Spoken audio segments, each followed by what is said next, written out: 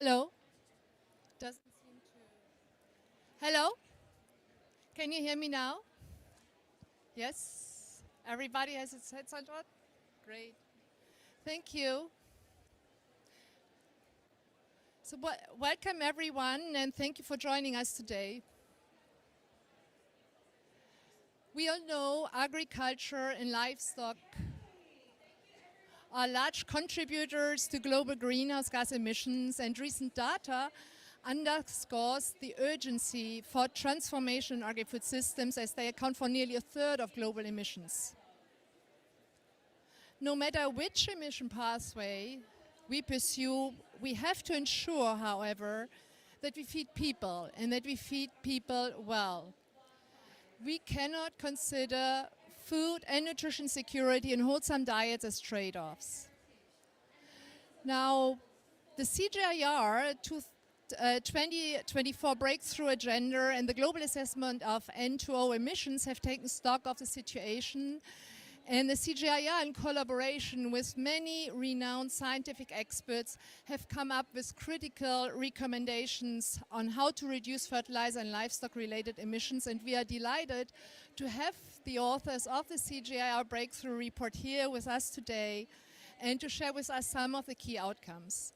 And afterwards, we will hear from representatives of the Dairy Sustainability Platform, BIA International, Yara, the Bill and Melinda Gates Foundation, the Climate Advisors, and most importantly also Farmer from California, how to translate these insights and these recommendations into impactful, inclusive, and effective actions. But now it is my honor and great pleasure to invite Mr. Kubota, Deputy Assistant Minister of the Ministry of Agriculture, Forestry and Fisheries of Japan, to give us opening remarks. Well, thank you. Thank you very much, everybody. Thank you very much, and good afternoon, everybody. My name is, as introduced, Kubota Osamu, Deputy Assistant Minister of Ministry of Agriculture, Forestry and Fishery of Japan. Thank you for inviting for today's event titled Tackling Greenhouse Gas Emission from Livestock Production and Fertilizer Use and Production, which I think is co-hosted by FAO and CGIAR. It is my great honor to have an opportunity to make this opening remark in front of leading expert of climate change. As you know, agriculture sector is one of the major sources of global GHG emissions. One estimation shows the entire agri-food sector accounts for 1/3 of global GHG emissions. The main question for today's event is, I think is net zero food within reach? And my personal opinion on this question is that it is within reach. We are actively investing in policies and measures for achieving this goal. This September, CGIAR has published 2024 Breakthrough Report on Agriculture. In the report, livestock production and fertilizer use, today's main theme, are mentioned as major source of GHG emissions in the agricultural sector. In this sense, this event is really important for achieving net zero food. I'm very looking forward for the discussions today. Let me take this opportunity to introduce what Japan is doing for promoting climate-smart agriculture.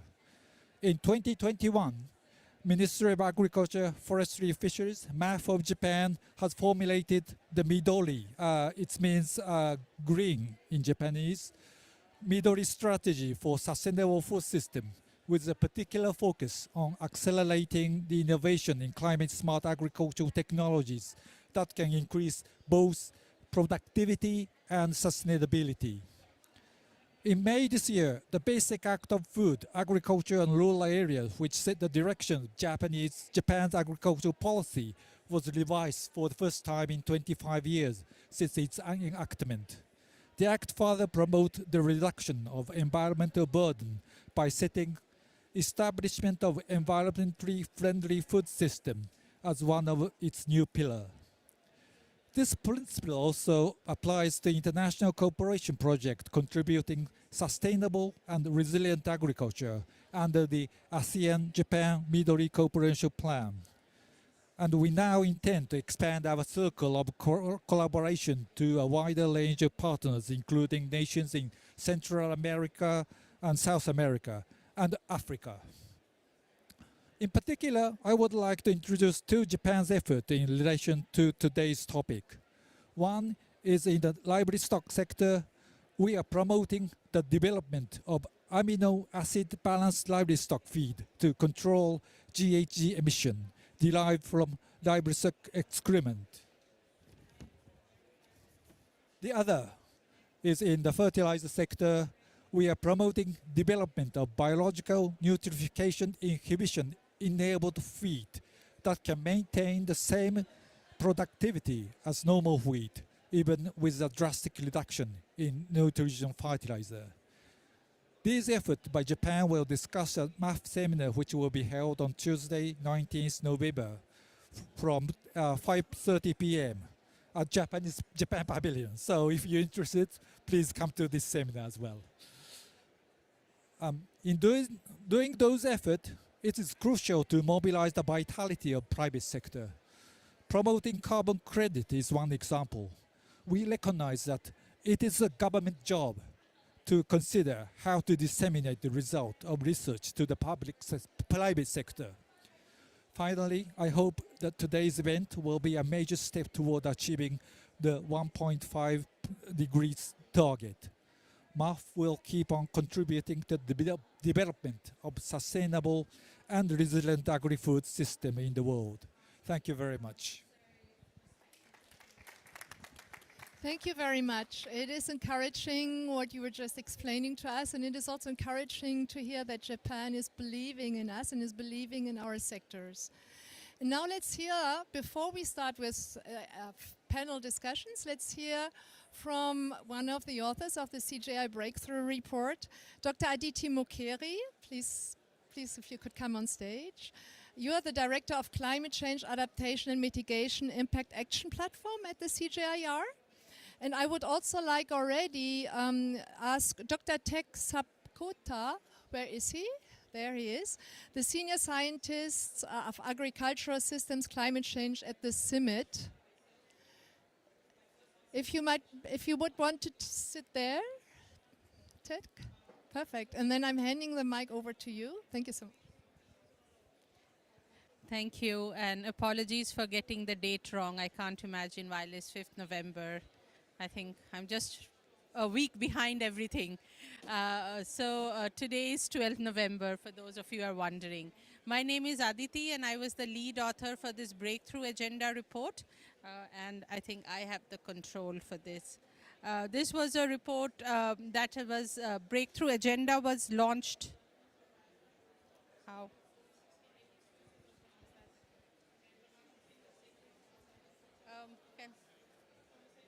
Oh, okay.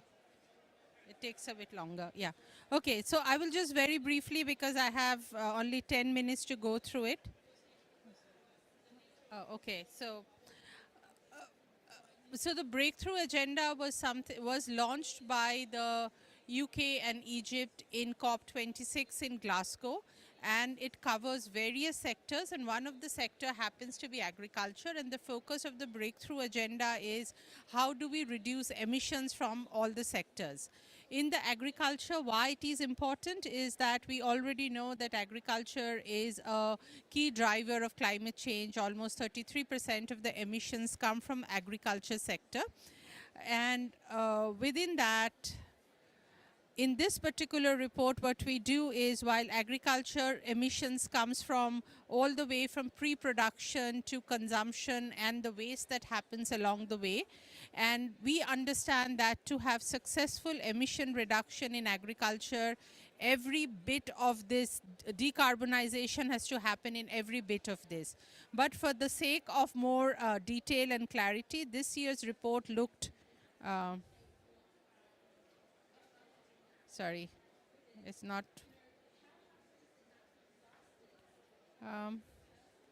It's just, sorry, it just isn't going the way I want it to go. Yeah, okay, maybe now. So what we wanted to say was we are focusing on mostly fertilizer manufacturing application as well as livestock production. Apologies for the technical delays. And the IPCC synthesis report, of which I was a part of also, has concluded with very high level of certainty that we need to do emission reduction in all sectors, including agri-food sector. But the agri-food sector has a special challenge. The challenge is high dependence of some of the most poorest people on agriculture for their livelihoods.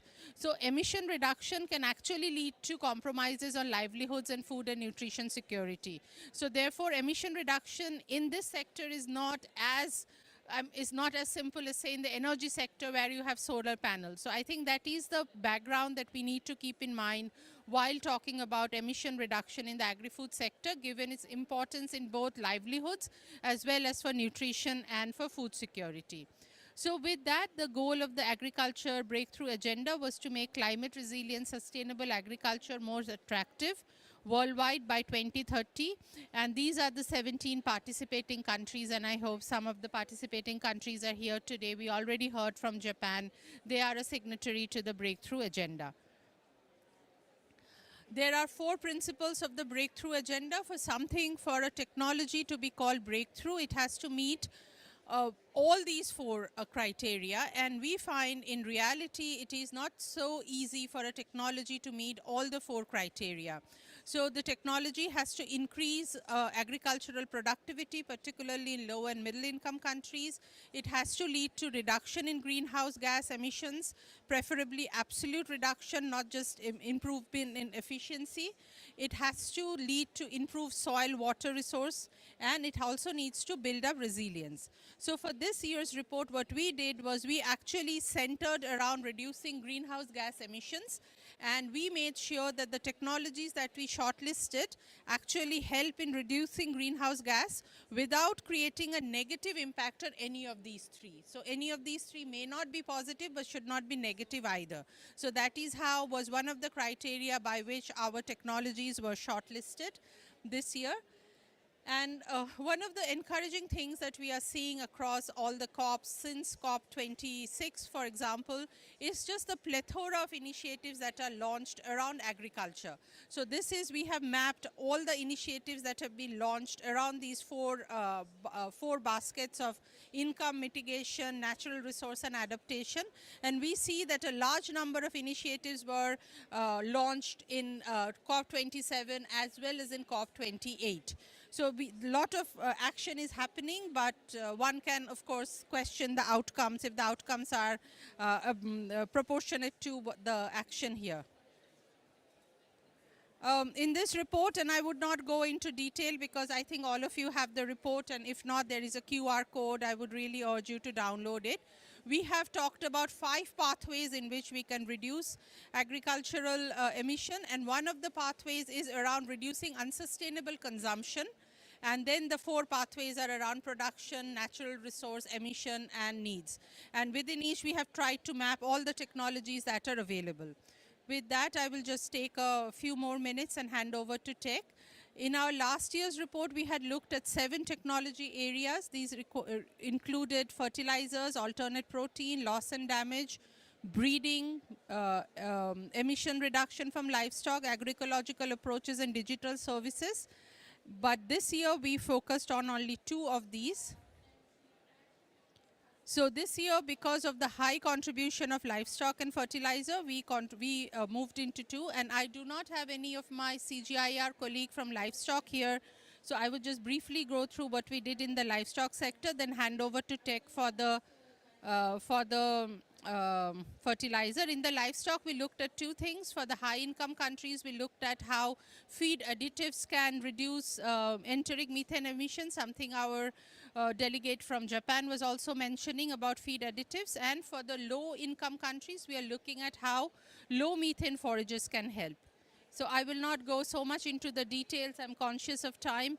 Why is it important? This livestock emission is a large chunk of our food systems emission. There is already a global methane pledge that was launched last year. So there are various vehicles through which we can take action. And then we looked in detail a little bit into enteric emissions via methane inhibitors, which are mostly more suitable for more of high-income countries where cattle is stall-fed, while in the low and medium-income countries, we have been working with the Bezos Foundation, the Bill and Melinda Gates Foundation, and many others in identifying low methane forages, either through breeding or through looking at the existing varieties that already exist. So this is a big piece of our work. The report also has an update on all the international actions that are happening in this sector. And with that, I think I hand it over to you, and you can also quickly do the recommendations, if you can. Thank you so much. I'll hand over to Tech further. Thank you. Thanks, Aditi. Am I audible? Okay. So I will also move this side over here. So when we were deep diving into the 2 out of 7 technologies this year, fertilizer was one of them. So the whole idea is that, okay, so when it comes to greenhouse gas emission associated with fertilizer, about 30 to 40% of the fertilizer-induced emission occurs during the production process, whereas 60 to 70% occurs during the field application of the fertilizer. So the technology and innovations around both production as well as field application of the fertilizer are important in order to reduce greenhouse gas emission associated with fertilizer application into the field. So when it comes to the technology around production, one of the technologies, as we have heard about, is green ammonia. So fertilizer nitrogen production is specifically following the Haber-Bosch process, which is also called brown ammonia, uses fossil fuel as the source of energy, and it is highly energy intensive, as we all know. Whereas green ammonia uses the renewable energy in order to electrolyte the to produce the hydrogen from the water electrolysis, which is why it is called zero energy or zero carbon fertilizer production technology. So I'll come back a little bit on where are we in terms of that technology and what are the barriers later on. But when it comes to applications of the fertilizer, field application of the fertilizer, specifically for the cropland production, is highly skewed and unbalanced. There are various regions around the world where farmers apply far more higher amount of nitrogen or fertilizer in general than actually required by the crop. It not only increases the cost of production and reduces the farm profitability, but also has various negative externality in terms of pollutions of air and water and greenhouse gas emission. We all know that, right? At the same time, there are various regions, many regions farmers really tackle with the right access of fertilizer, and they apply far less amount of fertilizer, leading to low crop growth, deterioration of the soil quality, as well as soil mining, leading to a vicious cycle of low productivity and poverty in many regions. In that context, what we are doing is we are creating what we call NUE Atlas by kind of collating the data around where are the areas with high nitrogen application or high nutrient application, where are the areas with high nutrient use efficiency and low nutrient use efficiency, in order to pinpoint where we should focus when it comes to fertilizer management technology and what kind of technology that we focus, because the type of technology that we are talking about in the high production area is entirely different than the type of technology that we are talking about low input areas such as in sub-Saharan Africa and many parts of Asia, for example. So by using this kind of data, what we have found here in this report, a last year breakthrough report, is that by simply improving nutrient use efficiency in high production areas and kind of reallocating that saving into low production area would lead to the global crop production by as high as 30% without any additional fertilizer requirement. It's a huge saving. I mean, it's not that simple to reallocate fertilizer from one country to another, but that's a kind of hypothetical scenario that we are talking about when we are talking about the magnitude of the benefit of improving nutrient use efficiency. So there are various technologies that has been there. Sorry, it moves very slow. There has been various technology for implementing what we call site-specific nutrient management. So applying the nutrient based on what is the crop demand, what is the nutrient supplying capacity of the soil. So and then what are the target yield in order to apply right amount of nitrogen without in order to improve the nutrient use efficiency without losing many of that into the environment. And many of them are related to the source of fertilizer, so many of them are related to application methods of the fertilizer, and many of them are related to application timing and frequency of the fertilizer. So one of the examples here that I just wanted to highlight is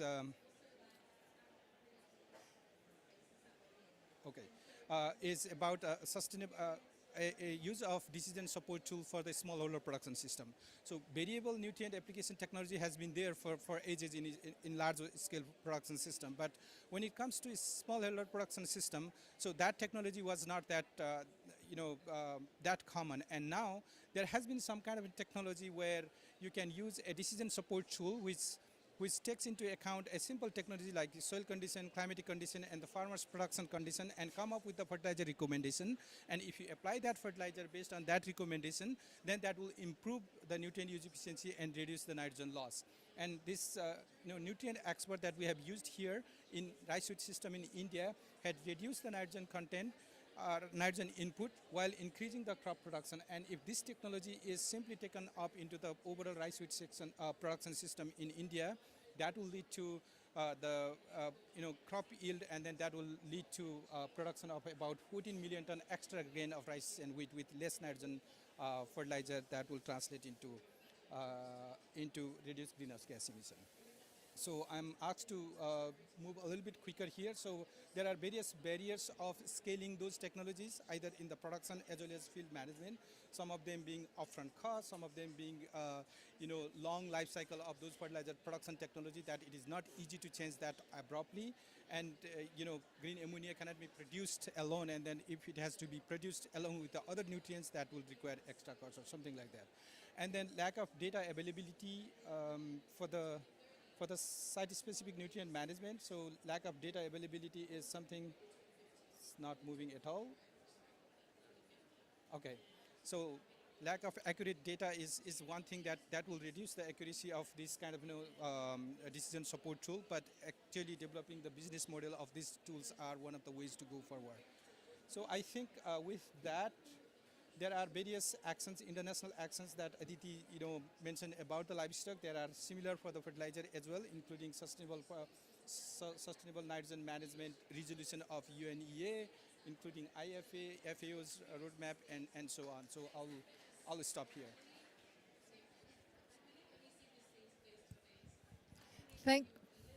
Can I get a round of applause for? I'm very sorry. This is a very, very dense presentation, but I hope we can make it available afterwards to the audience. And I would also invite everybody, of course, to go through the breakthrough report, which will really explain in detail all these activities and all these gaps and challenges that we still need to overcome. Now it is my pleasure to, before we move into the panel, to invite Professor David Cantor, who is the Associate Professor of Environmental Studies at New York University, to give us just a short glimpse into some data, which we were just highlighting, the global assessment of the N2O emissions. You have the floor. Thank you. Hi, everyone. Good afternoon. Sorry, I sound like Liam Neeson from Taken. This is the Global Nitrous Oxide Assessment. It's a publication from UNEP and the FAO. It was published literally 3 hours ago. So if you Google Global Nitrous Oxide Assessment, I can guarantee you nothing else will come up but that assessment. But do not Google it right now. Listen to what I have to say. I'm going to condense into 7 minutes the over 200 pages of assessment that we did in less than 6 months, which is borderline irresponsible for an international scientific assessment. In terms of the key messages, so nitrous oxide has been the forgotten greenhouse gas for a long time, and yet it is the third most important greenhouse gas. It's responsible for about 5% of global greenhouse gas emissions in terms of CO2 equivalent. It's also the largest remaining threat to the ozone layer. The reason I'm here talking to you right now is that most anthropogenic emissions obviously come from agriculture, about 3/4 of it, from synthetic fertilizer manure, but there is significant low-hanging fruit for abatement, notably from nitric and adipic acid production. In terms of the key messages, the key takeaways, we assess, we evaluate that we can reduce emissions by over 40% by 2050. That could get closer to 60% by the end of the century if we take more transformative action. That could deliver avoided emissions equivalent to over 6 years of carbon dioxide emissions from fossil fuel combustion, deliver 5 to 12 times the ozone benefits of the last most important action that the Montreal Protocol, the International Ozone Agreement, took. And because of how interconnected nitrous oxide is with the nitrogen cycle, which also has air pollutants and water pollutants and impacts on biodiversity, we specifically evaluate 20 million avoided premature deaths as a result of avoided air pollution. And if you stick around until next year, 2025, there's going to be the first international nitrogen assessment, which gets into a lot of depth on the regional impacts and the water and ecosystem effects as well. So this hockey stick graph is pretty much the same for every anthropogenic greenhouse gas. It's no different for nitrous oxide. What's specific for nitrous oxide is that we see that increase really start to happen with the invention of the Haber-Bosch process, the industrial production of ammonia, probably the single most consequential human invention of our time. And the widespread use of it really in the aftermath of the Second World War, with the Green Revolution being the most notable, but is used obviously around the world. In terms of the breakdown of emissions, of anthropogenic emissions, it has both natural and anthropogenic sources. Agriculture makes up the most significant source, again, driven by the use of synthetic fertilizer, but also livestock products as well. When you look at we also evaluate scenarios. I should say this assessment, we're not just synthesizing the literature. In a matter of weeks, we did new modeling of climate impacts and stratospheric ozone impacts.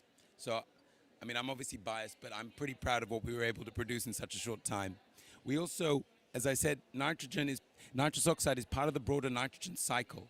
And a nitrogen atom can go on a journey of environmental destruction, where it doesn't just impact climate and ozone as nitrous oxide. It can also impact air quality as NOx and ammonia. It can create algal blooms and dead zones as nitrate. And so by an integrated approach to nitrous oxide assessment can deliver multiple co-benefits. We specifically analyzed the air quality benefits because this was produced by the Climate and Clean Air Coalition, which is very much focused on the air quality co-benefits of climate action. But as I said, there'll be follow-up work on the water and ecosystem work. In terms of mitigation potential, this is where we estimate we could reduce emissions by up to 40%. We have 2020 emissions on the left, business as usual, that's the 2050 reference scenario, all the way to the 2050 technology, where we implement all the technically available reduction measures as well as more deep societal transformations. And if we break that down by sector, I'm just going to go back one. Adipic and nitric acid production is significant. I won't spend time on it here because the focus on agriculture, but you can see that we estimate you could reduce emissions significantly, but close to half of nitrous oxide just by the middle of this century. And again, that we can do that in a way that does not threaten food security, right? This is half of the fertilizer and manure that we apply to agricultural land is lost to the environment. This is not just bad for the environment, it's bad for farmers, right? When we saw fertilizer prices triple when Russia invaded Ukraine, this is about also making farmers more resilient to these kind of geopolitical shocks, which would also be good for the environment.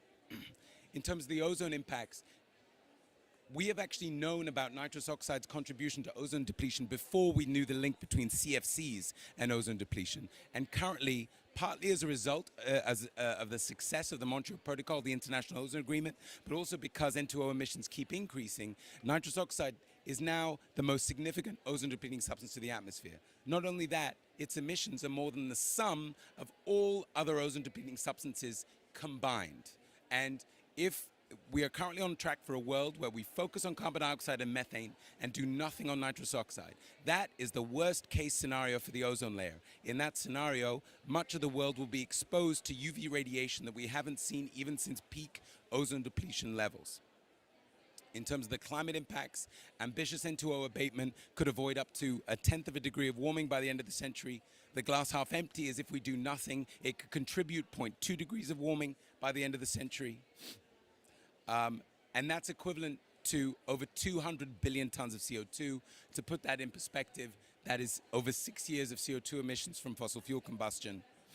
And because nitrous oxide is often co-emitted, especially in agriculture, with NOx and ammonia, that if we reduce those emissions as well, because those are aerosols that mask some warming, you could see some moderate warming in the short to medium term, but ultimately there would be a cooling over the long term. There are health benefits from cleaner air as well. What this is showing you is essentially the avoided deaths from avoided tropospheric ozone, ground level ozone, and PM2.5 as a result of reducing NOx and ammonia when it's co-emitted with nitrous oxide. So, all this to say, the nitrous oxide has been forgotten for a long time, and I'm excited this assessment is coming out. There are more NGOs, there are more policymakers, there are more stakeholders that are engaged in this fight. I invite you to read the assessment, reach out to me, and thank you for the opportunity to speak at this event.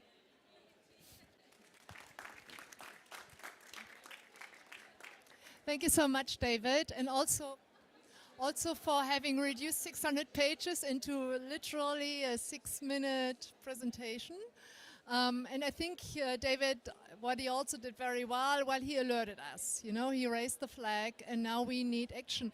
And this is now where the panel comes in. And as we have just heard about mainly nitrous oxide emissions, we will now first start with methane emissions. And I would like now to invite two representatives of the livestock sector.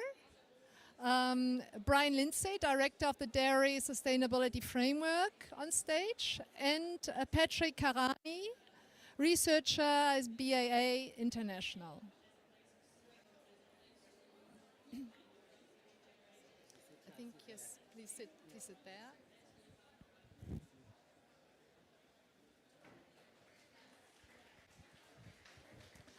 So, I think you would need to take your headset off. I hope you can hear me. You can hear me well, and I hope everybody can hear me. It's really very loud here for those of you who join online. We had heard about some game-changing solutions, methane inhibitors, forage solutions. I would be interested, what are your views on these solutions? And also, are there other solutions than outlined in the breakthrough report? Yeah, thanks, Yvonne. We take this very seriously as the dairy sector, and we know there's not one solution for the dairy farmers as they aim to move towards net zero. We have 133 million dairy farmers globally. Each one of those is a small to medium-sized enterprise, and we provide a living for 1 billion people a day. Finding solutions for each of those diverse systems, and we do have a diverse system of dairy production around the world. We range from 1 cow per family through to thousands of cows per farm. And how do we find that package of solutions that they can take forward? And I think a really important point made by our first speaker this morning was it's about context. How do we find the right solutions, that right toolbox, that package of solutions that farmers can implement that help their system become more environmentally and greenhouse gas efficient? Yeah, thank you very much. I think this is a very big breakthrough in terms of finding solutions. As we all know that if we are dealing with animal resources, we are talking about lives of people, we are talking about livelihoods. But of course the conflict is that as we increase the number of these animal resources, we are also increasing methane. So as we talk of the solution is that the population will continue to increase, we need to feed these people, and therefore the solutions that have been provided, basically trying to provide the answers on how to address these issues of climate change, particularly with the methane emission, which has got potential, great potential than carbon dioxide, but just like the lifespan of methane is shorter. So we need to be very careful, like as we move forward, these solutions also take into care of the biosafety of how they are deployed and how they are utilized within this particular context. Thank you so much. We heard also about costs. You know, you remember that the authors of the breakthrough report outlined the costs, the accessibility of some of these solutions. What are your views on that? You mentioned already it's context specific. This was basically what you both were saying. Is there a way to address these costs and to make maybe these solutions more accessible around the world? Do you want to start maybe from giving us an African point of view? Yeah, definitely. Some of these solutions are very expensive. So the issue of financing is very pertinent on how these solutions can be made available. To access these solutions also, they come with capacity building. The knowledge that is needed to address or to utilize these solutions in the most effective way is also another issue. We have skills gaps, the skills that need to be developed to be able to adequately utilize these solutions need to be put into perspectives. But of course, broadly, we are talking of like when this knowledge is available, techniques are available, how can they be deployed? How can they be disseminated? So the issue of accessibility becomes also very critical to, particularly from the African context. So we know these solutions are available in some of the places like maybe Brazil, Chile, Argentina, which per se you'd say the South-South kind of cooperation will be quite useful in terms of learning and exchange of some of these solutions. Yeah, if I can just add to that, it's about finding the right solution for the right production system.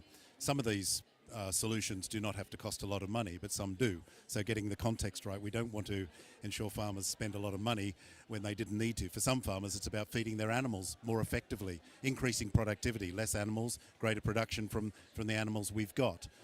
But just this week, we've had a meeting in Africa with the Gates Foundation and McKinsey looking at carbon markets. How can farmers actually get rewarded for those activities, in implementing technologies where they're possible, having an impact, but also they get rewarded for that to fund those interventions to make sure we are effective. The key thing is to make sure we are effective at the end of the day, and quantification of the impact is really important. We don't want to be investing all this cost and effort if it's not going to be as effective as possible. So finding that right solution is critical. We have a program in dairy called Pathways to Dairy Net Zero, and it emphasises on the pathways. Every farm is different. So how do we help package this information so farmers can make the choice, the right solutions for their business to make an impact?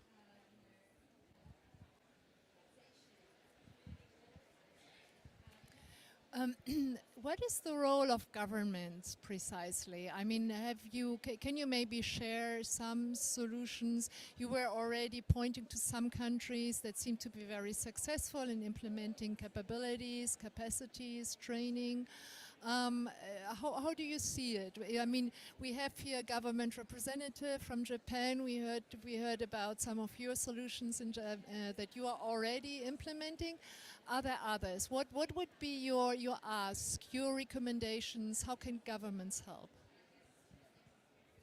No, definitely, government play a critical role. One is providing enabling environment, and if you talk of enabling environment, we are looking at what kind of policies, what kind of regulations, what kind of institutions government can have in place that will support the adoption and deployment of these solutions so that they address the problem. And also governments need to commit in terms of providing support to research institutions. We know for quite some time now, the support for science, technology, and innovation has been a bit of an issue. The commitment of providing support between 1 to 3% of the GDP has been, in fact, declining instead of increasing. So most of the research institutions are more or less kind of limited to work or to go extra mile to make these solutions much more available. Totally agree on the enabling environment. Supportive policies that drive the right behaviours are absolutely fundamental to this. I think on top of that, we still, from the dairy sector, we know we could achieve 40% mitigation now implementing existing knowledge. So it's about how we package that and get it to the farmers. But we still need that investment in the fundamental science that looks out there, the what if, what else is out there, what can we do to explore where we can have even greater gains. And I think a real critical one for me as a livestock producer myself is about de-risking that change process. Farmers, the report goes on a lot about smallholder farmers. I'd classify all farmers in this category. There's not a lot of spare cash out there in farming to have a failed crop. But we're asking farmers to move from here to here What they've been doing here, they've been doing for 50 years. It may not be perfect, but they're surviving. But we're asking them to take a huge leap to come over here. And I think governments can really help us de-risk that change process and give farmers the confidence to change and give them the confidence that they won't be any worse off if it doesn't work, but at least travel with us. And it's about de-risking that change process so we can accelerate the change. So as I mentioned earlier, 133 million dairy farmers globally. Everyone is different. Everyone has a different learning need, a different financial situation. We've got to package things in so many different ways. So we've got to find innovative and simple ways to help them change. They want to change, I know that, but it's about giving them the confidence to change. So the sector is also quite often accused whenever it comes to sustainable intensification, especially in developed countries. How does sustainable intensification actually look like when it comes to the livestock sector? And how do you address these critics? What is your suggestion to change the narrative? We have heard a lot about here already about we need to feed a growing population. There are many countries out there that still need dairy, a lot of dairy. People don't get enough meat in our regions, whereas in developed countries it's quite often a luxury problem to reduce meat consumption. So sustainable intensification is certainly one way to go. What are solutions and how do you basically address the accusations of sustainable intensification?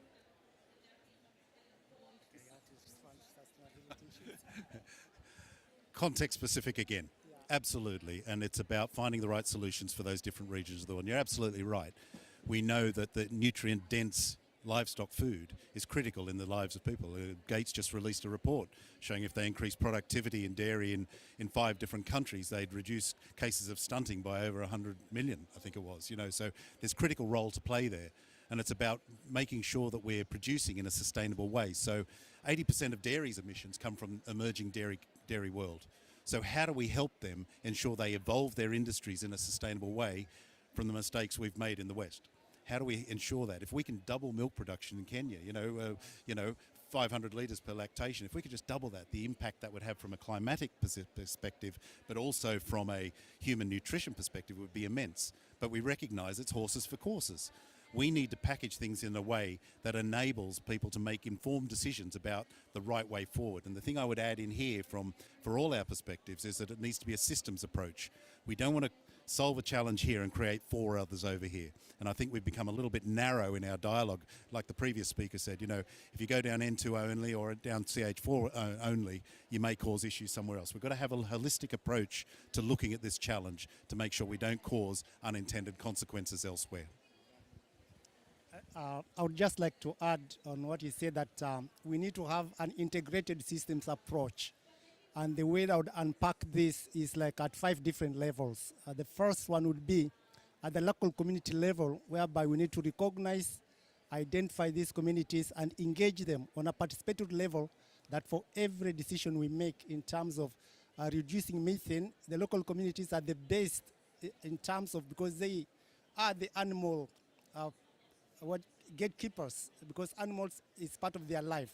So if we need to engage the local communities at that level to understand on how this can be sustained is critical. Second, we look at the national level, whereby of course you're talking of the policies. These policies need to be related to the emissions reductions. If it is methane, they need to talk to methane on how this can be addressed with the solutions already available. We scale it up to the regional level. We have more than one country, but because of the cross-border issues, the countries have got diversity in terms of the economic prosperities. So they need to be at regional level. How do you harmonize these issues? If they are methane, the countries at regional level need to address the same issue. If you're talking of inhibitors of methane, this at regional level, how can it be deployed?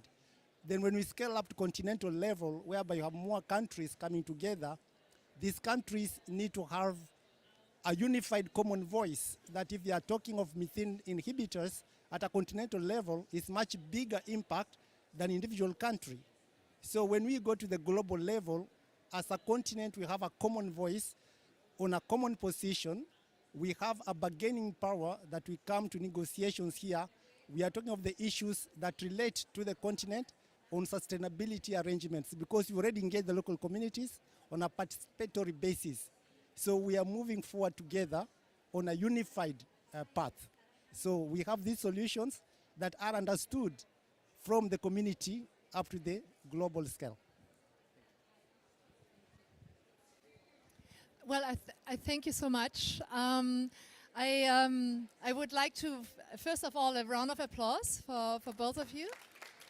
And then I think you just said unified voice, and I think this is why we are here at the COP, to create this unified voice. And if I just might record some of your key topics, key messages, it's all about context, capacity building, skill sharing, knowledge sharing is absolutely key.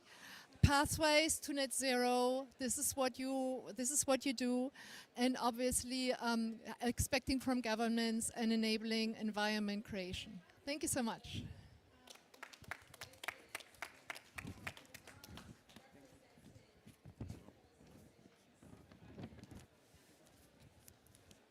Now I will invite the private sector. Bernard Stormier, Vice President of Sustainability Governance at CGIAR, and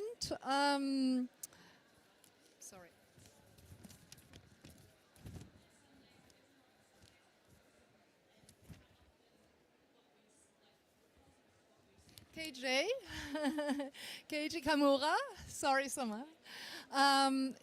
You are a farmer from California. And you're also the former Secretary of Vegetables, Fruits and Vegetables. Yes. So it's a pleasure to have you both here. From Yara, maybe if I might hear from you, you are very much at the forefront of technology development, progress. We heard here about green ammonia. We heard several solutions already when it comes to fertilizer emission reductions. With all your long experience, where do you see the most promising pathways? Thanks, and maybe first of all, reflecting on the introductions here, I find them really encouraging. And the reason why is that we have so much knowledge about what we can do and what we must do going forward. When I prepared to come here, I sat down to think through. I'm not sure if you have the same experience as me, but sometimes going to climate meetings feels a bit like a panel of talking heads. So I thought through, what can I say here that I couldn't say 5 years ago? What's new? Because we aren't standing still. We are investing, we are developing new technologies, and they are being deployed into the market. So 3 examples of new items that we are doing now that were not here 5 years ago, sorry. We are now producing green ammonia and fertilizers from green ammonia. It's pilot scale, but it's production based on renewable hydroelectric power from Norway. It's at the scale of some tens of thousands of tons of finished fertilizers. What is really interesting is that while our first commercial customer was a large corporation in Sweden, the next 2 were not in Europe and not in the US, but in Latin America. So it was a large-scale Argentinian potato grower, and similarly a large-scale Brazilian coffee grower. So this interest for decarbonized fertilizer production is visible not only in the most developed economies, but also in other parts of the world. Second, to the blue ammonia. So this is where we now get to the next level of scale. We are currently constructing carbon capture and storage on an existing world-scale facility. And this will be operational in 2 to 3 years. And when this is operational, this means that we will have differentiated climate fertilizer products in the market, not at the scales of tens of thousands of tons, but hundreds of thousands of tons. So this enables us to test the interest in the markets for paying an added margin for climate differentiated products. And this leads me to the next example of what we didn't have 5 years ago. We have been talking about for many, many years value chain collaboration in order to make sure that we can work as climate smart as possible. And we now have several agreements with international food companies, one of them being PepsiCo Europe, where we are collaborating to provide farmers who produce for PepsiCo climate differentiated products, and we work with the farmers to improve productivity and efficiency in the fields. So this is a new example of business model innovation, so working differently to make sure that the whole value chain can become more climate smart. And the last thing I wanted to mention is digitization and smallholders, so two things in one go. We have tailor-made apps in the Asian markets targeting smallholder growers. A couple of examples are one app that helps rice growers dosage the nitrogen more precisely when they do their second and third application of nitrogen fertilizer, helping them to optimize quality and yield of the rice, but reducing excess use of the product. And we also have a crop rotation app that supports the farmers in doing a agronomically correct crop rotation if they have issues with their soils. So I'm very encouraged by seeing that we have so much knowledge about what we can and must do, and also that it's actually happening in practice. Thank you so much. I will get back to some of the things you were just saying, but let me now hear a little bit from Eiji Kawamura. You're not only a farmer, you have also this political background, as you just mentioned, the secretary of the California Department of Food and Agriculture. You have been secretary for over a decade. You have decades of experience as a vegetable farmer in California. What have you used on some of the solutions that you've just heard, and what we would really like to hear from you when you implement new solutions, new technologies, what is your experience with it? How are you financing them? What is the support you're getting from governments at this stage? Just give us a little bit an insight how you experience transitioning in agriculture. Thank you, Yvonne, and thank you for this opportunity to be here. Interestingly, we go back to 2009. We have a group here called Solutions from the Land, and it's a group of farmers, ranchers, foresters, folks that have made their living from agriculture, but more importantly, folks that are busy plugging in and trying to, not trying, but showing that we can make a difference, that we can be the solution. That agriculture, people would say, is a problem, but it's really, it needs to be the solution, and more than not, it's very rapidly becoming obvious that it is the solution. In 2009 in Copenhagen, the reason many of us were here, we were talking about renewable energy coming out of the agricultural sector. At that time, it was very alarming because nobody was talking about the global food system in 2009. You talked about what happened 5 years ago. This is 15 years ago, and today we actually have an agriculture day at the COP, which is pretty amazing. We're talking about agriculture at UNEP. All the UN platforms are starting to address agriculture. For farmers like myself, I think it's really important to understand agriculture is so diverse, whether you're in a dairy, whether you're a fruit and vegetable grower that irrigates and turns water on and off, whether you're a rain-fed farmer on this planet, which is 80%, 70-80% of all the agriculture in the world is rain-fed. And one of the things we all like to say is unpredictable weather generally means unpredictable harvest. And so we always will push for ourselves to invest in something that gives us more predictability of our outcome. So in precision agriculture, putting the right amount of fertilizer, not too much, not too little, those are key points of any farmer that wants to be better. Using the right amount of water, not too much water, that's a disaster. Not enough water, you have a crop failure. This idea that we can predict our future in agriculture is both good and bad, because we're getting better and better at predicting weather patterns. We're getting better and better at understanding the inputs that we might invest into our crops.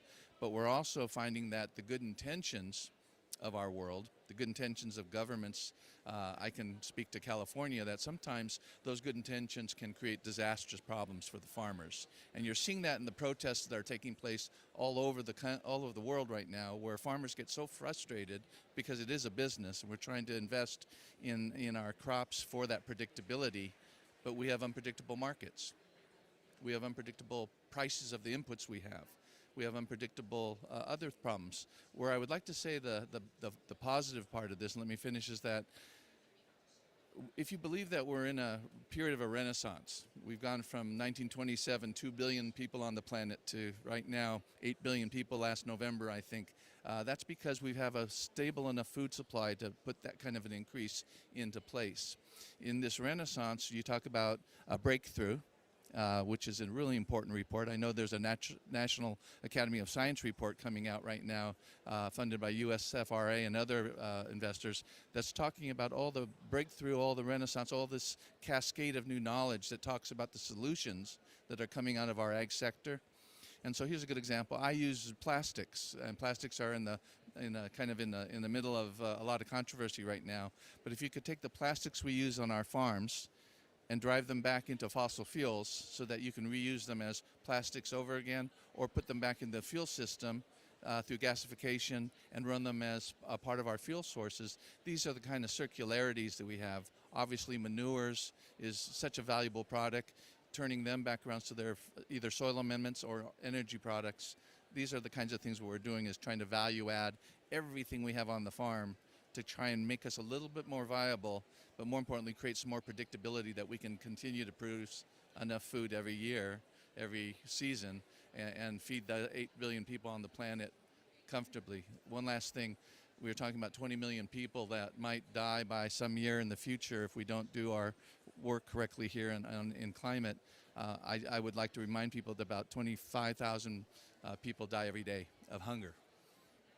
And that's something we could change at these conferences and make enormous strides, and then start also talking about how do you fix those 20 million people that might die from nitrous oxide or nitrous challenges in the future. It's a lot of challenges for choices, a lot of choices that need to be put into prioritization.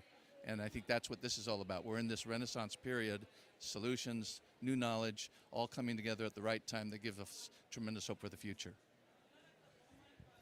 Thank you so much. You actually raised a lot of sustainability issues. I will get back to that, don't worry. What you are also mentioning is water scarcity, the weather predictability. You raised the issue of plastic management. And basically, you are also saying that, we have actually a kind of food systems approach. We try at least to have a food systems approach, or to look into that. So, which means also that whatever we discuss here in terms of emission reduction should, of course, be part of this whole food systems approach and cannot be seen in isolation without weather. So, but then let me, and then I will hand back to you, Bernard. But first, let me go back a little bit into the fertilizer emission reductions precisely. What are you doing on your farm, or if it's not on your farm? You mentioned solutions from the land is this great coalition of farmers. What are your recommendations? What is your experience? What's the farmers' take on some of these messages from the Breakthrough Report? Sure, there's a tremendous amount of focus these days on the health of our soil. And when you can add biology to the soil, not only does it allow you to lose less fertilizers because their fertility is better, and the connection for your root systems are able to uptake these different elements that we need, but we also recognize that you can have better retention of moisture, and so you lose less water, or you can sustain in flooding events or really heavy rains, your soil absorbs the water instead of letting it run off. So that's a good example of what we do on our side, on our farm. We're using cover crops. We're not able to do a no-till where we farm, because we're trying to constantly produce crops, maybe 2 crops in a year. But we're able to do a low-till, reduce the cost and the expenses of turning over your soil by using a little bit more of green manure, if you will, or green green crop to just enhance that quality of the soil. So that's a good example of how tremendous amount of farmers in the United States and all over the world are starting to understand that if they can go back to the soil health first, and that includes adding some of the new biotechnologies out there for microbes and other things that will help you break down or help you enhance the populations within your soil of the good bacteria, if you will, the good microbes, and keep the other ones in balance. There's a pretty exciting new toolbox of bio tools that's coming out as well, and it's at this point in time that this cascade of knowledge is giving us those tools in a very condensed short amount of time compared to just 10, 20, 40 years ago. It's in the course of a single farmer's lifetime, it's amazing how much progress is being made.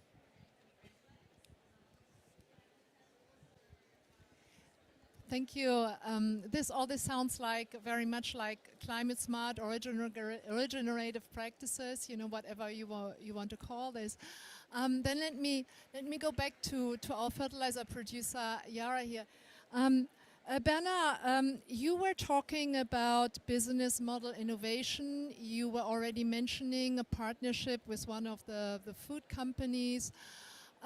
But just thinking beyond that, how do you see the role of the consumer?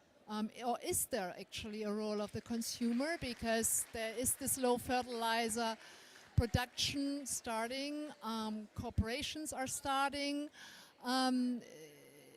Do you see some way how the consumer could come into this? Thanks. I think they're having a party over there. I think if you do a questionnaire amongst consumers, most people will say that they are certainly willing to pay up for increased quality or better sustainability performance. But I think we have another issue to solve first, and that's the issue of trust, to make sure that the consumers can trust what they are being offered. And to do that, we need solid proof, we need metrics, we need to agree on what the metrics are, and the metrics need to be monitored, reported and verified. Because if we don't have trust throughout the whole value chain, why would the consumer be willing to chip in to buy the better products at the end? And I don't believe that we have this trust currently.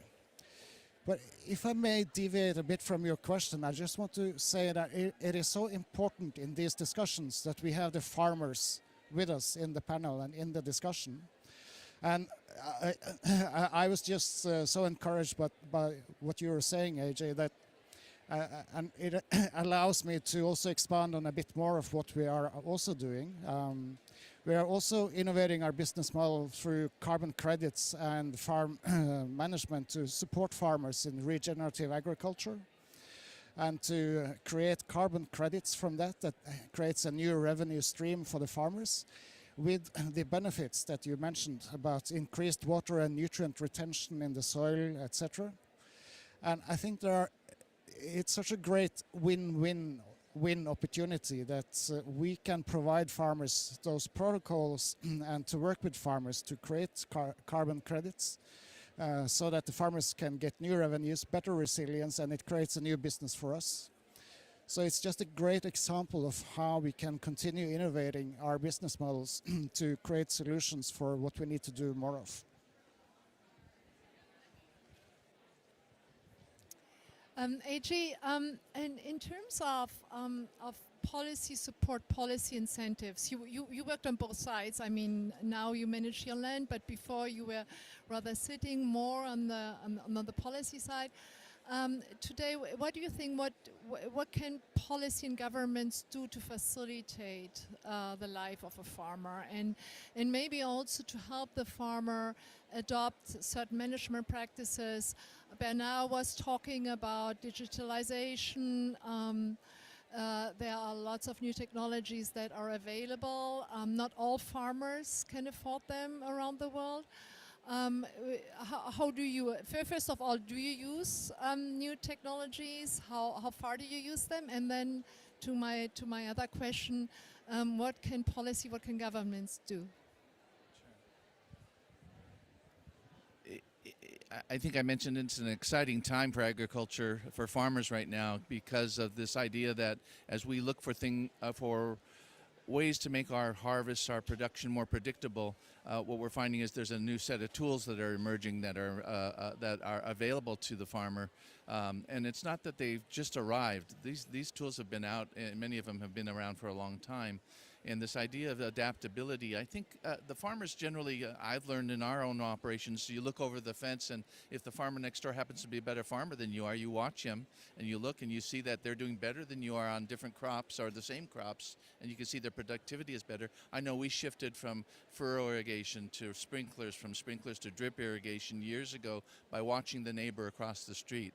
And so when you incentivize, I always said the carrot is better than a stick, you know, the idea that if you can incentivize the farmers to do better in their fields because they can see it for themselves, that there's an outcome that gives them a reward, and really the reward is the viability to stay in business. We have so many farmers going out of business in this country right now, from the middle-sized farmers in California, and the pressures on the small farmers are tremendous as well. But when you can showcase through extension, through the land grant systems, or through private foundations that there are plenty new ways to do things, the farmers will watch. The farmers will go and take a look at it. When you make that investment as in experimentation kind of funded or supported or valued, and bringing with it an incentive, that can also help change folks to give it a good try in their own fields. New varieties, new pest control tools, new ways of irrigation,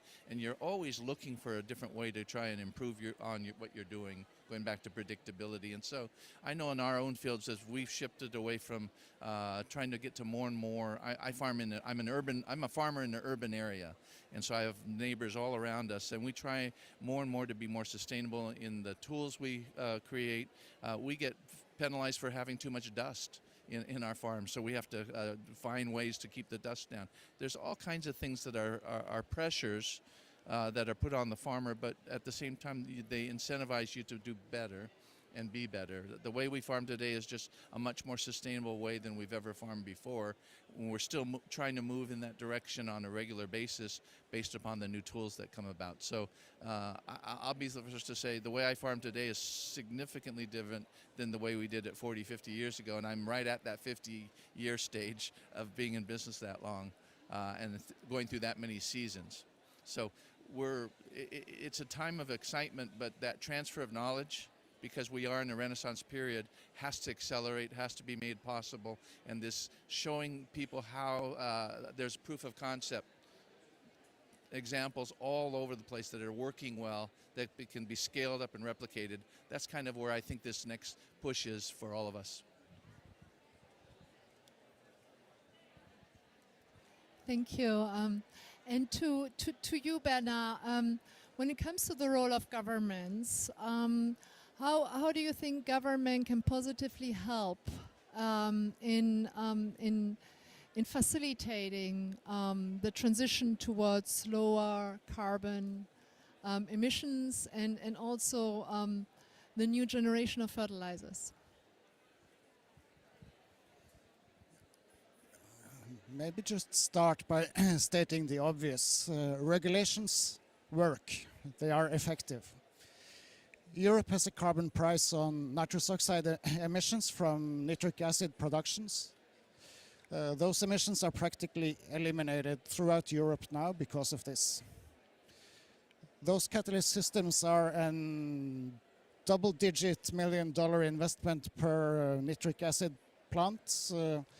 It's a reasonably priced per ton of CO2 equivalent avoided. The next point is carrots work even better than sticks. The next major multi-billion-dollar investment that we have signaled to the market that we are assessing is into blue ammonia in the US, driven by the Inflation Reduction Act. So carrots work even better than a stick. And the third point I would like to make is talk to the farmers when it comes to regulation of agriculture. I am in multiple, over the years I've been in multiple panels where there are many people, myself included, who want to tell the farmers how they should operate their farms. But we should talk with the farmers and not to the farmers, because each farming context, as has been said previously in this session, is each farmer's context is unique, and you need to understand the uniqueness of the farmer context. Can I add to that real quick? If you look at the science of agriculture, if you will, is science in itself is advanced enough now that it can define what the art of agriculture is. So whether it's the newest technology or some of the oldest indigenous technologies, now the science can describe why those things were working and give us some ability to choose. This idea that you don't have to use every tool in the toolbox, because you don't. But we want a toolbox that's always growing and expanding with that kind of knowledge that helps us do better.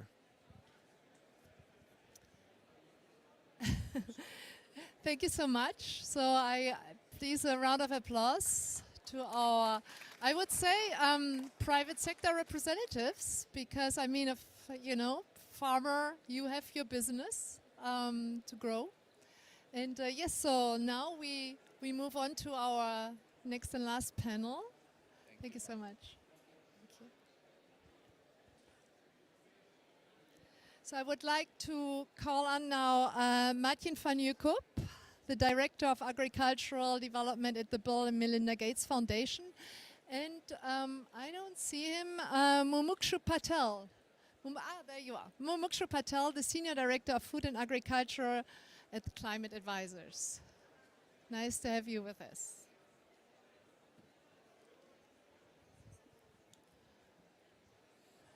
So you are my last panel today. We have heard already a lot about the different solutions.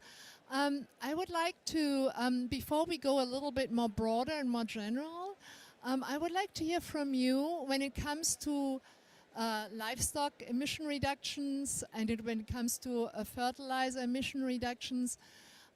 Where do you see the most promising solutions?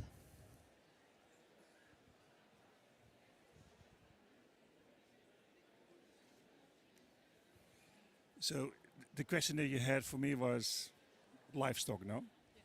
Good. Well, at the Gates Foundation, we actually focusing very much on livestock as part of our efforts to kind of look also at the mitigation side of the climate change agenda. It's a little bit of a shift that we're making. I mean, you probably have heard Bill speaking about adaptation, but we're making some shifts. And livestock is actually very much part of that. And of course, you know, the reason is, I mean, that livestock emissions as a proportion of agriculture emissions after land use actually are the biggest one. And we see quite some opportunities there, and the comparative advantage of the Gates Foundation is particularly in innovation. So basically, we're working on a number of areas. One is actually the, and I think it was mentioned as well in the presentation. This was done by CGIAR, where they actually mentioned the collaboration with the Gates Foundation, and that is on direct fat microbials. I mean, that are very effective at reducing methane production by ruminants as part of their digestive systems. So that's one area where we're actually making investments in. And the second, and I think that's with the CGIAR, with CIAT, is the high-yielding, drought-tolerant, anti-methanogenic feed and forage varieties for ruminants. And we do that actually, this is kind of a nice example of philanthropic organization joining hands, because we're doing that actually together with the Bezos Earth Foundation as well. So those are the two technologies that we're actually putting big bets on moving forward on starting to address, I mean, the emissions from the agriculture sector, where we see, as I said, livestock as an important subsector to kind of take the lead on that.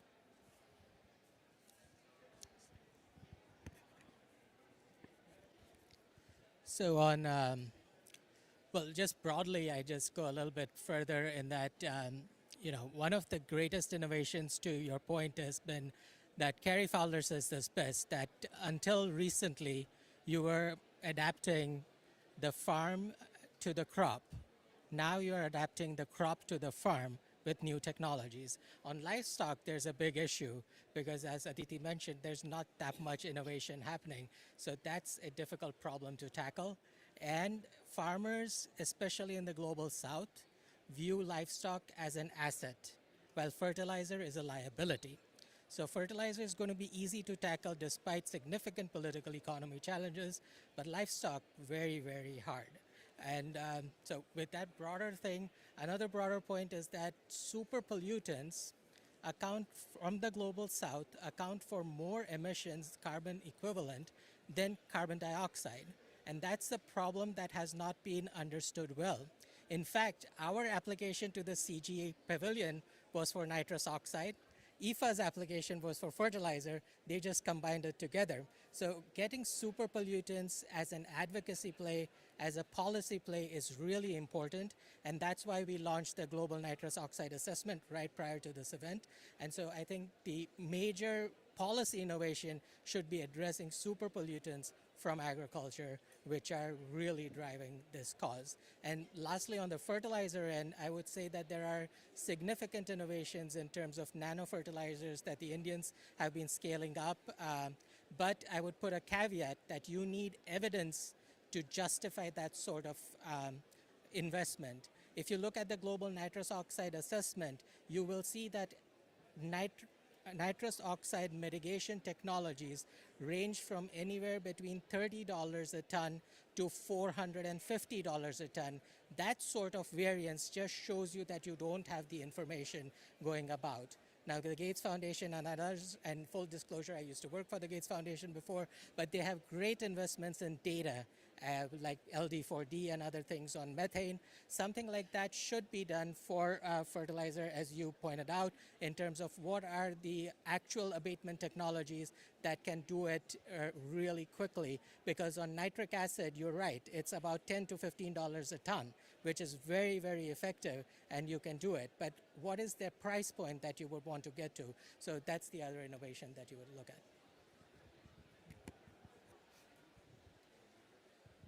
So what are the social and the political factors? What is their role in emission reduction? Oh, you want me to start or you want me to start? He's giving me the easy question. Well, at least I'll focus on nitrous oxide here. I think the main political economy challenge for fertilizer has been that, you don't want the narrative to be that the government is coming for your fertilizer, because that is just going to kill any sort of regulation on fertilizer. The narrative should be that you are trying to rationalize the prices, and in countries like, and again, major emerging economies, and I think my colleague Chen Mian from IGDP is here, they've done a great study on how China has reduced its fertilizer use, and the resulting emissions from nitrous oxide have gone down by 20%, I think, because of the policies that China had on zero fertilizer. But why did China do that? I mean, China is a different governance model, but even India, Mr. Modi, or Brazil, Mr. Lula's first speech after being re-elected was that Brazil needs to wean off its fertilizer dependence. Those prices are creating a different political economy to address fertilizer use, and we should be exploiting them rather than not touching the issue, saying that it is going to be politically explosive. So I think that's the key dynamic, the price point, the federal budget pressure, which can be used to actually get innovation and get reasonable regulation on fertilizer, which has to be differentiated. You don't want a global fertilizer application thing, because it will not work. Major African countries are using less than 10 kgs per hectare. There's a 15 kg or whatever target that they did. So I think you can address the political economy challenge on fertilizer use more easily, but methane, I'm going to give it to you. Well, the thing is that what I want to step in is, in the previous panel there was a lot of discussions about carrots and sticks, and of course this is where the policies, come in. And I think the point I want to make is that when you look at the carrots and the sticks, that policymakers are letting farmers very, very much down. I think from a point of view of just rural transition, policymakers should actually recognize, of course, that agriculture is both a victim and a culprit of climate change. When it comes to a victim, we have 500 million farmers who are in the firing line of climate change and actually are bearing the brunt of climate change. The data is clear. Total factor productivity is already pulled down by more than 30%, has already reduced total factor productivity growth by 30% globally. In Africa, in some areas by 50%. So when we talk about the new loss and damage fund, that was created last year at COP28, the farmers, the agriculture sector need to have a very, very big seat at the loss and damage table. And I hope actually the farmers' organizations, and particularly what I said, that is total factor productivity growth, particularly reduced in Africa, that also African policymakers actually put their fist on the table and actually demand that a good chunk of those loss and damage resources, when they become available, are actually directed to the agriculture sector. Now, when it comes to the culprit side, that was also mentioned in the presentation of the breakthrough report. Agri-food contributes about 30% of greenhouse gas emissions. The point here is that only about 4% of global climate financing to the tune, and global climate financing is about $660 billion per year. So about $24 billion, 4%, is going to agriculture. And therefore, farmers don't have the incentives actually to invest in climate resilient and low and green fertilizer technologies, because if 30% of global climate financing would go to agriculture, that would be about $200 billion per year instead of the $25 billion per year. So when we are here at COP29, talking about a new target for climate financing going from the 100 billion, to whatever number it is, I think they're talking about 1 trillion. Farmers and the agriculture sector should be first on the receiving end to receive those benefits. Should be first in the receiving line for those benefits of this increased climate financing. And then you get the right incentives to invest in the technologies that we have been discussing. So bottom line is, as I said, right now policymakers are letting farmers down when it comes to putting in place, the right carrots and the right sticks. And a lot of work to do there. Mm-hmm. Thank you. You raised the issue of price, you raised the issue of farmers not receiving the right funds. Are there actually financing schemes that you can think about that have proven to be successful or could prove to be a little bit more public-private partnerships, new financing schemes, independently from general government's allocations? Well, the question first is, what needs to happen? No, if you look at current policies and expenditures, they actually generate kind of the wrong carrots. So to say. If you think about fertilizer subsidies, in the end, they actually contribute, to the nitrous oxide emissions, that were mentioned in the second presentation. To the extent, that governments are providing electricity subsidies for farmers to pump up the water, you get falling groundwater tables, and it actually increases vulnerability. So getting those policies, so there's policies that actually are pushing in the wrong direction. So can we repurpose them so that actually, at a minimum, those policies do not any harm, and ideally, actually, provide the right incentives, for farmers in the private sector to invest in resilient technologies. That's one. The second thing is, if you look at agriculture and you compare it with energy and transport, I mean, the solutions that we see in energy and transport, solar, wind, I mean, electric cars, I mean, they have benefits from huge subsidies, I mean, that actually governments have provided. The question is, you know, where is the innovation? I mean, that public financing has provided for agriculture. You know, I don't see it. So we need to actually have investments. We need to accelerate, I mean, innovation in the agriculture sector so that we get the equivalent of the electric car and we get the equivalent of the solar panel. I mean, for agriculture. The question is, imagine. The recommendations typically are, I mean, that governments need to spend about 1% of agriculture GDP in ag research and innovation. Many countries are way below it. I mean, China probably is an exception, and Brazil might be another one. Even in the US, I mean, expenditures on R&D in agriculture actually have gone down. In Africa, is 0.3, 0.4% of ag GDP that's being invested. That already has been, and CGIAR is underfunded. This has been going on for the last 20, 30 years. Imagine if actually we would have invested, I mean, 1% of ag GDP in R&D over the last 20, 25 years. Probably we would be in a much better position now when we actually discuss, I mean, the effects of climate change. What needs to happen when you bring in the private sector? De-risking was mentioned as well in the previous panel. You know, with the UN Food System Summit, I mean, some work we've been doing. We've been proposing actually a kind of a deal between the public and the private sector, a compact, where the public sector repurposes its public expenditures in a way that actually becomes climate resilience and positive externalities. And as part of this repurposing, provides, I mean, risk guarantees for the private sector to come in and make their investments.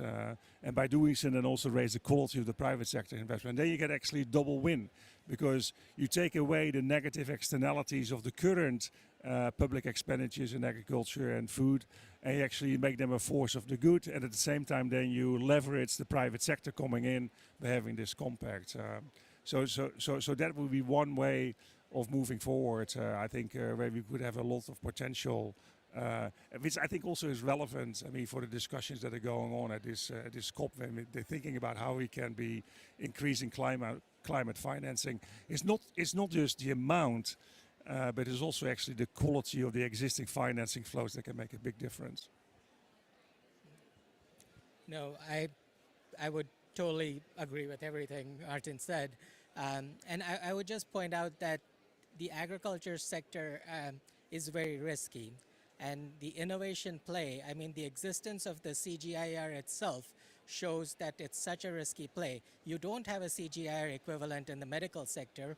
You don't have a CGIAR equivalent in the energy sector, because there the private sector is willing to make the investments because they see a incentive from the consumer. But the farmers, especially the smallholder farmers of the world, are always going to bank on some sort of public subsidy to drive their innovation. That is a reality. If anybody else tells you that that's not, then you just tell them that they're not saying the right thing, because that's just a marketing play. So that subsidy element is always going to remain. And I think the private sector oriented arguments are there, but that innovation play is always going to require that subsidy.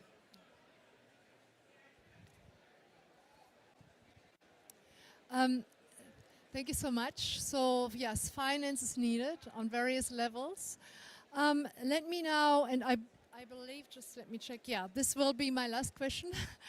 When you look at the variety of the solutions, the pathways to lowering emissions, the regional differences, the policy constraints, the gaps, the finance that is not necessarily reaching the farmer, where do climate advisors and the Bill and Melinda Gates Foundation In general, what would you advise us to do to gain the necessary breakthrough for our planet? Broad question, but that's a final question.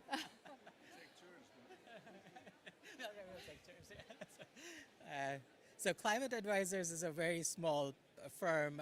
We've been advocating for raising climate ambition in the US and globally. Our food and ag practice has taken a pathway where we target methane and nitrous oxide as major plays at the international diplomacy level to get funding, to get attention, to serve as information clearinghouses for solutions, not only for food and ag, but also with industry, because as was mentioned, nitric acid plants account for a huge nitrous oxide emission play, and they're a result of fertilizer production, so it results in food systems broadly defined.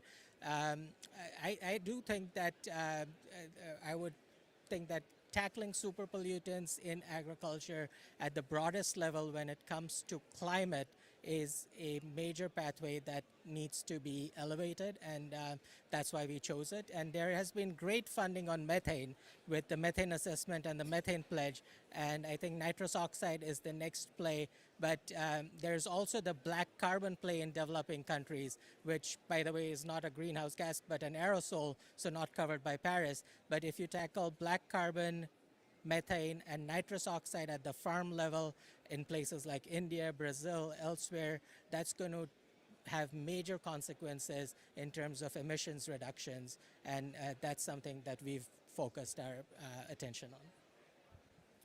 Very good. Well, I think in the previous panels, I mean, I think there was also a plea for a kind of a systems approach. And of course, you know, since the UN Food Systems Summit in 2021, I mean, the talk about and the discussion about agri-food system transformation has really been kind of mainstreamed. And of course, you know, every country needs to kind of choose its own pathway, I mean, to get there. But at the same time, there are a number of, you know, levers, I mean, that are generic across countries. And that is the need to get the incentives right, to get the carrots right. The other thing is to kind of scale investments, because this is actually, requiring major investments. So how can we scale investment? How can we bring the private sector in? When you think about food systems, you know, it goes beyond the ministries of agriculture. So there's a kind of an institutional agenda as well to be effective institutionally on the food systems transformation agenda. And then the fourth lever is actually innovation. I mean, and particularly since we are increasingly in uncharted territory, if you look at where temperatures are now compared to where they were when mankind started doing agriculture 10,000 years ago, agriculture is already in uncharted territory. And when you're in uncharted territory, you need to accelerate innovation. So we in the Gates Foundation see that as our comparative advantage. Our contribution to the agri-food systems transformation agenda is how we can accelerate innovation, while at the same time being catalytic on the incentive side, on the investment side, and the institutional kind of building side. Now, of course, even in innovation, it's a huge agenda. And of course, there are many other players at stake and available there as well, for sources of financing available as well. So we're carefully looking, you know, where are the market failures and what are the public goods, I mean, as a criteria for what we do. We always get excited about blue sky opportunities, and I mentioned a few earlier related to livestock. I will kind of end with putting another one on the table. I mean, that I'm personally very excited about. And actually, there were some articles in the US newspapers recently, and that is agri-voltaics or agri-solar, where you actually combine, I mean, solar production on farm with food production on farm. I'm excited about it because, you know, it will change the definition of what it is to be a successful farmer in the 21st century. I mean, you said you've been a successful farmer for 50 years, but I mean, every farmer is facing, I mean, the headwinds of climate change, and actually how can we adapt in a very smart way. Agrivoltaics, it holds the potential I mean, to change the definition of what it means to be a successful farmer in the 21st century. Not only a producer of food, but also a producer of renewable energy. And that actually would add another revenue stream to the bottom line of the farmers that maybe is even more stable than associated with food production. And I think many farmers would be interested in that. So that I want to put on the table for the type of innovations, I mean, that we get excited about in the Gates Foundation. And just a plug for the Gates Foundation, when I first joined at the orientation, the grant that really caught my attention was the Gates Foundation, I believe, is still funding something where you can get nitrogen straight from the air to the plant, which would just eliminate places like Yarra because you won't need fertilizer. So if that works out, that would solve the biggest problem on nitrous oxide. Very patient. Well, thank you so much. I'm getting a sign that really we need to stop, and probably our audience online has already tuned out. But thank you so much for all these wonderful solutions and ideas. And I encourage everybody to look at the reports we've heard about today. And also to Google what you were just mentioning, the innovations that you believe in. And yes, and I wish you a very successful COP and a wonderful day.